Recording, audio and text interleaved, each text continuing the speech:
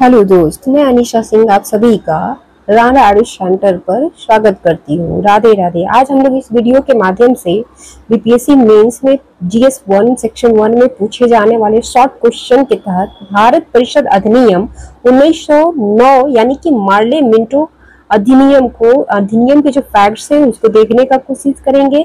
71th BPSC के लिए ये वीवीआई हो जाता है। इसके पहले 1857 के बाद जो एक्ट आए हुए थे 3 वो पूछा जा चुका है, तो हो सकता है इस बार भारत परिषद अधिनियम 1919 या 1909 या 1935 जो है वो पूछा जाए। तो आइए इसको देखने का कोशिश करेंगे, देखेंगे कि किस फॉर्मेट में इसको लिखना है और कम शब्दों में लिखकर अधिक से अधिक मार्क्स को गेन करना है।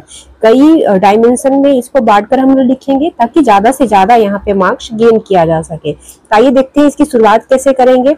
यहाँ पे शुरुआत के तौर पर यानी इंट्रो के तौर पर हम लोग लिखेंगे कि 1905 के बंगाल विभाजन के बाद कांग्रेस के भीतर उग्रवादी समूहों का बढ़ते वर्चस्व के पृष्ठभूमि में उदारवादियों द्वारा ब्रिटिश सरकार के सामने कुछ मांग रखी गई।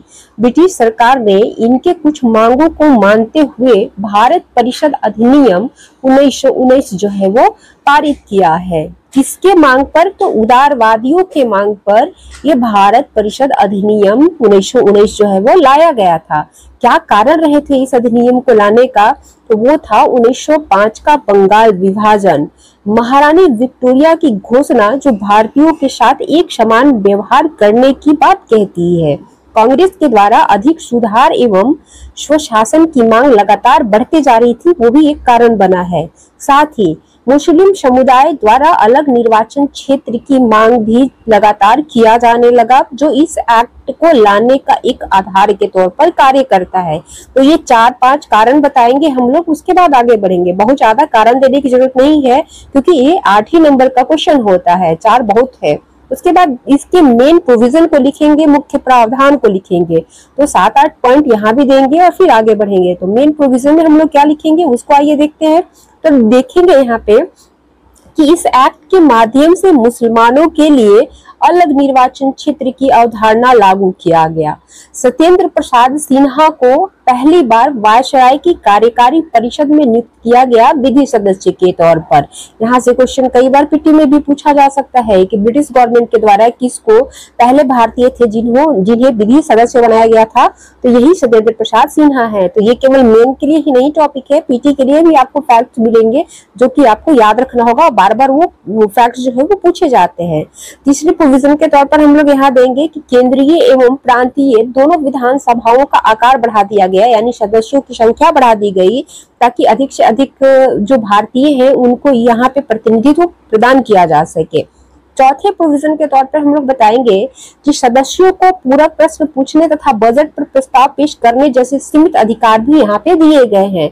ये यहाँ से भी ध्यान रखेंगे आप लोग, क्वेश्चन पूछा जा सकता है, पूछा जाता है, जा सकता है नहीं, वो पूछते हैं बार बार कि कौन सा ऐसा एक्ट है जहां से जिसमें पहली बार सदस्यों को पूरक प्रश्न पूछने का प्रावधान किया गया था। तो ये 1919 यानी मार्ले मिंटो एक्ट था। और साथ ही बजट पर प्रस्ताव पेश करने का भी सीमित अधिकार यहाँ पे दिया गया है।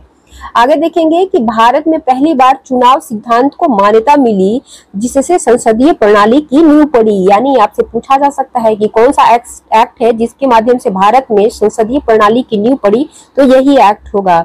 चौथे प्रोविजन के तौर पर हम लोग लिखेंगे, छठे प्रोविजन के तौर पर हम लिखेंगे कि प्रांतीय विधान परिषदों को और गैर सरकारी सदस्यों का बहुमत दिया गया। यानी कि यहाँ पे पहले जो है वो सदस्यों की जो संख्या होती थी वो सरकारी सदस्य अधिकतर होते थे, पहली बार गैर सरकारी सदस्यों की नियुक्ति यहाँ पे ज्यादा की गई, जिसकी वजह से गैर सदस्यों का बहुमत यहाँ पे प्रदान किया गया। 7वें प्रोविजन के तौर पर देखेंगे कि प्रेसिडेंसी निगमों, वाणिज्य मंडलों, विश्वविद्यालय और जमींदारों के पृथक प्रतिनिधियों का भी प्रावधान इस एक्ट के माध्यम से किया गया। तो 8 नंबर के क्वेश्चन में ये 7 प्रोविजन बहुत है, इतना लिखने की जरूरत नहीं है। जितना आपको याद रहेगा आप वहां पे लिखेंगे, 5-6 भी लिखेंगे तब भी चलेगा। इस प्रोविजन को देने के मेन प्रोविजन को देने के बाद हम लोग इसके प्रभाव को दिखाएंगे, हमारे भारतीय समाज पर इसका क्या प्रभाव पड़ा है। तो यहाँ पे दिखाएंगे प्रभाव के तौर पर कि भारतीयों को सरकार में प्रवेश करने और अपने विचार को व्यक्त करने का मौका दिया गया इस एक्ट के माध्यम से। मुसलमानों के लिए पृथक निर्वाचन क्षेत्र बनाने से उन्हें अपने प्रतिनिधि चुनने का मौका मिला और उनके एकीकरण, उनमें जो है वो एकीकरण की भावना उत्पन्न हुई। भावी सुधारों के लिए एक मंच प्रदान करती है ये एक्ट, और साथ ही नए राजनीतिक दलों का उदय भी हुआ इस एक्ट के पेश होने के पश्चात। तो ये इसके प्रभाव रहे हमारे भारतीय समाज पे। 4 लिखेंगे बहुत है, आगे बढ़ेंगे। अब प्रभाव देख लिए, इसका मेन प्रोविजन देख लिए, लेकिन कुछ ना कुछ कमियां तो थी यहाँ पे, जैसे कि मुसलमानों के लिए अलग निर्वाचन पद्धति लागू करने की वजह से हमारे समाज में जो है वो विभाजन देखने को मिला। तो इसकी कमियों को भी यहाँ पे बताएंगे। तो कमियों के तौर पर हम लोग लिखेंगे कि पृथक निर्वाचन प्रणाली ने सांप्रदायिक विभाजन के बीज को बोया तथा विभाजन का कारण बना है। इसका उद्देश्य राष्ट्रवादी विचारधारा को विभाजन पैदा करना था।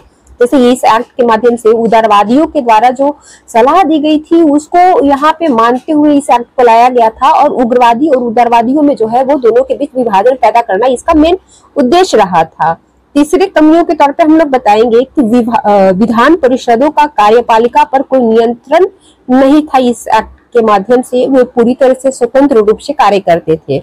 भारतीयों के स्वशासन के मांग के स्थान पर उनके प्रतिनिधित्व को बढ़ावा दिया गया था। भारतीयों की जो स्वशासन की मांग थी उसको इग्नोर कर दिया गया था। प्रशासन में भारतीयों को प्रतिनिधित्व देकर उनको शामिल करने का प्रयास इस माध्यम से किया गया था। तो ये इतने डायमेंशन में हम इसको लिखकर आगे बढ़ेंगे और एक छोटा सा इंट्रो के कंक्लूजन के साथ इसको जो है वो समाप्त करेंगे, क्योंकि टाइम बहुत कम होता है। 3 से 4 मिनट में एक शॉर्ट क्वेश्चन लिखता है, तो इससे ज्यादा हम लोग लिख भी नहीं सकते हैं। तो इसके कंक्लूजन के तौर पर हम लोग यहाँ पे लिखेंगे कि अतः कहा जा सकता है कि भारत परिषद अधिनियम 1909 जहाँ एक तरफ भारतीय समाज को जो है विभाजित करता है, लेकिन साथ ही वह दूसरी ओर वायसराय की परिषदों में भारतीयों को उचित अधिकार एवं शक्ति भी प्रदान करता है। यानी एक तरफ इसके माध्यम से हमारा समाज तो विभाजित हुआ है, लेकिन हम भारतीयों में राजनीतिक जागरूकता भी आई है। ये विधान मंडलों और विधान परिषदों में सदस्यता बढ़ने की वजह से। तो एक तरफ ये नुकसान किया, दूसरी तरफ से ये फायदा भी पहुंचाता है। तो एक छोटा सा कंक्लूजन के साथ इसको समाप्त करेंगे और फिर हम लोग नेक्स्ट क्वेश्चन पे चलेंगे। बहुत बहुत धन्यवाद। अगर इसका पीडीएफ आप लोग चाहते हैं तो हमारे डिस्क्रिप्शन बॉक्स में जो है वो टेलीग्राम का लिंक दिया हुआ है, आप वहां से ऐड हो, वहां से जुड़े, वहां पे आपको ये प्रोवाइड किया जाएगा। बहुत बहुत धन्यवाद, शुक्रिया, जय हिंद।